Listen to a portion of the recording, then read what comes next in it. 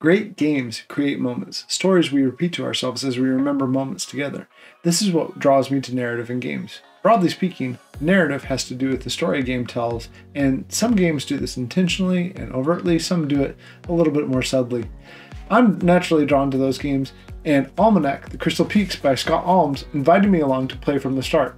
The box looks like a large book from the side, and this playful, described as whimsical by the publisher, attitude fills the game at almost every step. 2 to 4 players embark on a journey in the fantasy land of Beloria, which was established in Almanac: The Dragon Road. Playing the first game isn't a prerequisite. The games can be played together via some cards, but I only reviewed this second installment. In any case, for those who enjoyed the first game, they may find even more enjoyment in this version. We played the game enough to explore all 19 different scenarios in the book. Each game is played over 6 rounds. Each round, players will use meeple pieces, which represent their caravan workers, to visit a spot in the current location and get tokens or trade them in for more gold. There are also spaces where you can get additional contracts for your caravan, increase your caravan via cards, or you can increase the strength of your caravan. Usually, there are different setup and placement rules for each scenario. These scenarios will have different tokens and placement spots available. Over the course of the game, players will have a choice as to which location in the scenario book to visit next. This is why there are 19 different scenarios. Although there is a common starting space and some similar ending spaces, the way you get there will change based on the choices made by the guides throughout the game. This leads to one of the more unique aspects of the game already made up of mini games. At the end of each scenario, players bid to become the next guide. Each player secretly hides an amount of gold in their hand for their bid, then simultaneously reveals their bid. So far, so normal. However, the winning bidder pays them out the lowest bidder placed in their hand. After paying this cost, the winner becomes the new guide and chooses which of the 2 locations to travel to next in the book. Each location shows the relative availability and sell cost of the resources. You are, without a doubt, telling an economic story. This bidding mechanic is interesting for 2 reasons. Most of our plays of the game took about an hour or a little more. Breaking up the traveling section into bidding and encounter cards, more on those in a second, allowed us to experience more of the over-the-table experience most worker placement games seem to be missing. It also provided a way for players to feel as if they were affecting the leading player, even if not all placement opportunities on individual scenarios felt evenly balanced. Every game should have highs and lows. It's natural.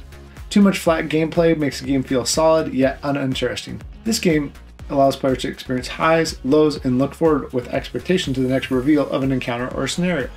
The bidding process only serves this process more by breaking up the potential monotony of what could be a fairly basic worker placement game.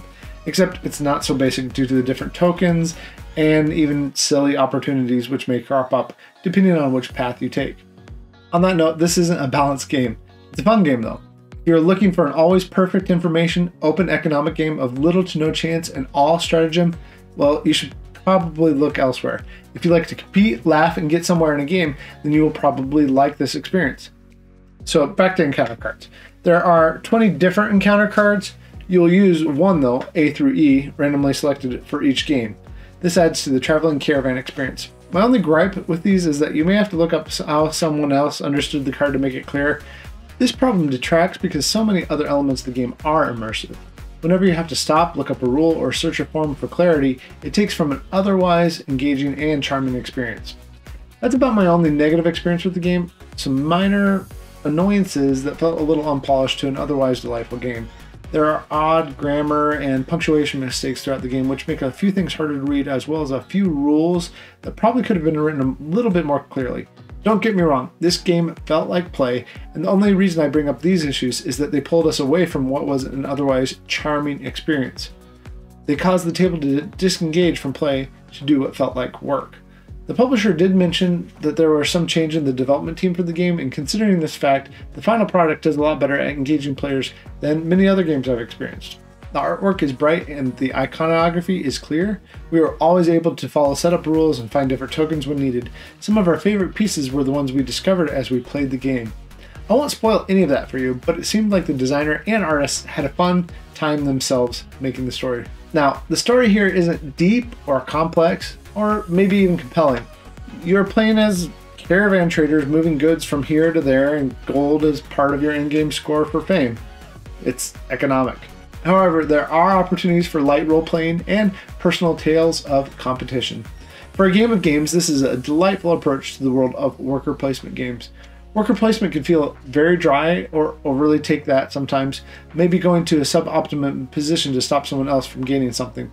Although there are a few take that opportunities, players will constantly have chances to do something interesting. As I said, this isn't a dry game either. You can't just rip off the theme and apply some other theme. The game is the theme in Crystal Peaks. The narrative may be thin, like a Saturday morning cartoon, but it's exactly what I want sometimes. A little bit sugary, a little bit sweet, but life-affirming at the same time. This is a feel-good game I would feel good about recommending to others. Thank you to Colossal for providing my review copy. Let me know what you think of this game or its predecessor, Dragon Road. Thanks for watching, happy gaming, and I'll catch you later.